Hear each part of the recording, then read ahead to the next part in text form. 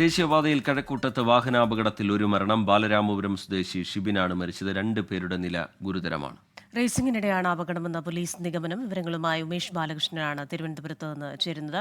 ഉമേഷ്, അല്പസമയം മുമ്പ് ഈ വാർത്ത നമ്മൾ പ്രേക്ഷകരിലേക്ക് എത്തിച്ചിരുന്നു. അപ്പോൾ നമുക്ക് ലഭ്യമായിരുന്നത് പ്രാഥമികമായ വിവരങ്ങൾ മാത്രമാണ്. ഇപ്പോൾ എന്തെങ്കിലും കൂടുതൽ വിവരങ്ങൾ ലഭ്യമാണോ? ഇത് ഒരു റേസിംഗ് എന്ന് സംശയിക്കാനുള്ള ഒരു സാധ്യത, ഒരു സാഹചര്യം എന്താണ്?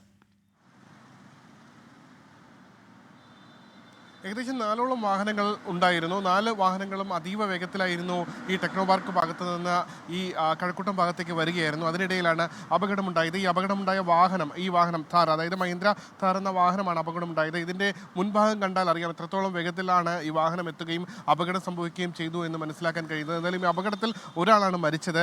ബാലരാമപുരം സ്വദേശി ഷിബിനാണ് മരിച്ചത്. ഈ വാഹനത്തിൽ 5 പേരുണ്ടായിരുന്നു. 5 പേരിൽ 2 പേരുടെ നില അതീവ ഗുരുതരമാണ്. ഈ വാഹനത്തിലുണ്ടായിരുന്നത് രജനീഷ്, ഒപ്പം കിരൺ, അഖില, ശ്രീലക്ഷ്മി എന്നിവരാണ്. ഇതിൽ 2 പേരുടെ നിലയാണ് അതീവ ഗുരുതരം. ഇവരിപ്പോൾ തിരുവനന്തപുരം മെഡിക്കൽ കോളേജ് ആശുപത്രിയിൽ അഡ്മിറ്റാണ്. ഇവർ ടെക്നോ പാർക്കിലെ ജീവനക്കാരായിരുന്നു. അതിനുശേഷം ഏകദേശം അർദ്ധരാത്രി 1 മണിയോട് കൂടിയാണ് ഈ അപകടമുണ്ടാകുന്നത്.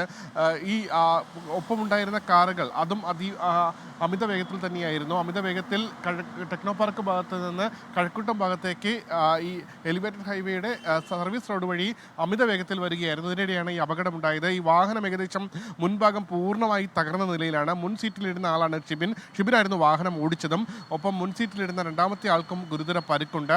ഇവരിപ്പോൾ പരിക്കുള്ള എല്ലാവരെയും തിരുവനന്തപുരം മെഡിക്കൽ കോളേജിലേക്ക് മാറ്റിയിട്ടുണ്ട്. 2 പേരുടെ നിലയാണ് അതീവ ഗുരുതരം. ഈ ദൃശ്യങ്ങളിൽ കാണാം, അതായത് മുൻഭാഗത്തെ ഇടിയുടെ ആഘാതത്തിൽ പിറകിലുള്ള ഈ മിറർ വരെ, ഗ്ലാസ് വരെ പൂർണ്ണമായി തകർന്നു. പിറകിലുണ്ടായിരുന്ന ഈ ഡോർ ഉൾപ്പെടെ തകർന്ന് വീണ നിലയിലാണ്. ഈ രീതിയിൽ ഈ അപകടം നടന്ന തൊട്ട് സമീപത്ത് ഉള്ള ഒരു പില്ലറാണ്. അതിലേക്ക് നമുക്ക് അടുത്ത സമയത്ത് എത്താം. എന്തായാലും ഈ അപകടം നടന്ന വാഹനം കണ്ടാൽ നമുക്കറിയാം എത്രത്തോളം ഗുരുതരമായ അപകടമാണ്, എത്രത്തോളം വേഗതയിലാണ് ഈ വാഹനം എത്തിയത് എന്നുള്ള വ്യക്തമാക്കുന്നതാണ് ഈ അപകടം. അത്രത്തോളം, അതായത് ഥാർ എന്ന കുറച്ചുകൂടി ബിൽഡ് ക്വാളിറ്റി എല്ലാമുള്ള വാഹനമാണ്. അതിൻ്റെ മുൻഭാഗം പൂർണ്ണമായി തകർന്നു.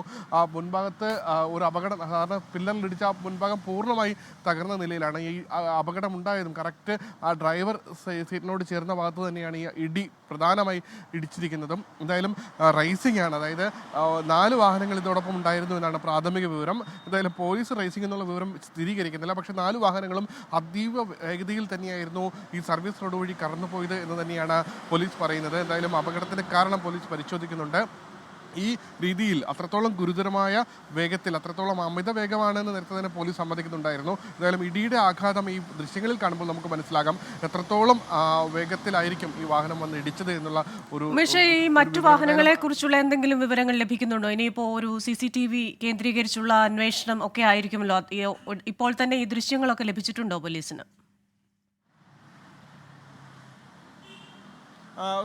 ഇന്നലെ അർദ്ധരാത്രി ഏകദേശം 1 മണിയോട് കൂടിയാണ് ഈ അപകടം ഉണ്ടായത്. അതുകൊണ്ട് തന്നെ CCTV ദൃശ്യങ്ങൾ, സമീപത്തെ ഷോപ്പുകളും മറ്റുമെല്ലാം തുറന്ന ശേഷം മാത്രമേ CCTV ദൃശ്യങ്ങൾ പോലീസിനും ശേഖരിക്കാൻ കഴിയുകയുള്ളൂ. എന്തായാലും അതിനുശേഷം മറ്റു വാഹനങ്ങളെക്കുറിച്ചൊരു വിവരം പോലീസിന് ലഭിക്കുമെന്നാണ് കരുതുന്നത്. ഇതിൽ പ്രദേശവാസികൾ, അതായത് സമീപത്തെ ഈ സംഭവം നടക്കുമ്പോൾ ഉണ്ടായിരുന്നവരാണ് ഈ പോലീസിനോട് പറഞ്ഞത്. അമിത വേഗത്തിൽ 4 വാഹനങ്ങൾ ഉണ്ടായിരുന്നുവെന്ന് പോലീസിനോട് ഈ അപകടം കണ്ട സമയത്തുണ്ടായിരുന്നവരാണ് പറഞ്ഞത്. അതുകൊണ്ട് തന്നെയാണ് പോലീസ് അത്തരമൊരു നിഗമനത്തിലേക്ക് എത്തുന്നതും. ഇനി CCTV ദൃശ്യങ്ങളടക്കം പരിശോധിച്ചുകൊണ്ടാണ് ഇവരുടെ വേഗം, മറ്റെന്തെങ്കിലും കാര്യം ഈ അപകടത്തിന് പിന്നിലുണ്ടോ തുടങ്ങിയ കാര്യങ്ങളെല്ലാം എത്തുക. എന്തായാലും മത്സരയോട്ടമായിരുന്നു എന്നുള്ള ഒരു സംശയം പോലീസിനുണ്ട്.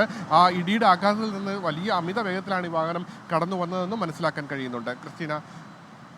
ശരി, ഉമേഷ് ബാലകൃഷ്ണൻ ഈ അപകട സ്ഥലത്ത് നിന്ന് തത്സമയ വിവരങ്ങൾ പങ്കുവയ്ക്കുകയായിരുന്നു. 2 പേർക്ക് ഗുരുതരമായി പരിക്കേറ്റിട്ടുണ്ട്. അവർ ആശുപത്രിയിൽ ചികിത്സയിലാണ്.